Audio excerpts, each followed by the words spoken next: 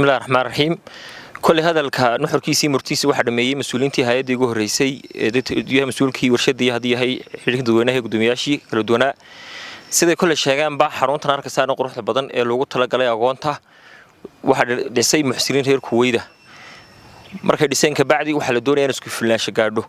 مركز طوعا باهني ما فينا وحب على جود السي ماشي غرف على جود السي سيسكسو على سين لهيد waxaa la doonayaa agoonkan bartan ku xareysan waxbarashadiisii caafimaadkiisii hoygiisii halka jiifsanayay waxa dhaqaale ku baxaya oo dhan ka soo baxaan dalkeena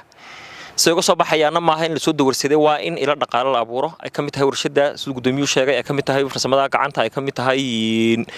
beerta marka isku filaasho carruurtu waxay tiraahdaa haysiin kalluunka ay barsan u ugaarsado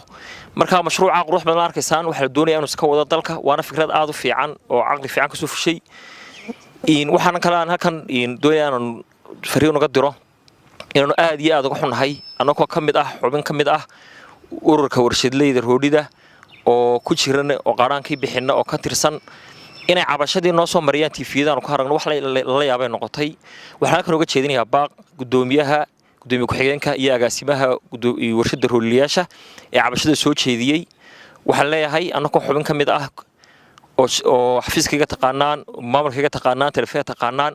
inaad noo soo marisaan TV-da may fiicnayn taas waxay dhaawacaysaa wada shaqaynteennii is-aaminkeennii iyo kalsoonideennii naga dhaxaysay dhaawacaysaa waxaan idiin sheegayaa laga bilaabo maanta dub baan uga fiirsanaynaa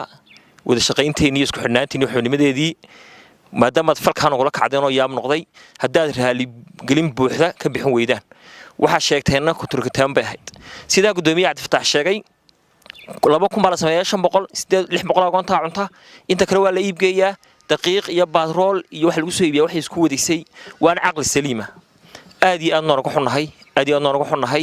waxaan aad iyo aad ugu mahadnaqaynaa muxsiniinta reer Kuwait iyo cid kasta oo halkan wax ka geysatay sida la socotaanba hay'ado badan baa jiray oo dalkeena shaqayn jiray oo agoon gacanta ku hayay isbedelkan dambe Carabaha ka yimi way wada istaageen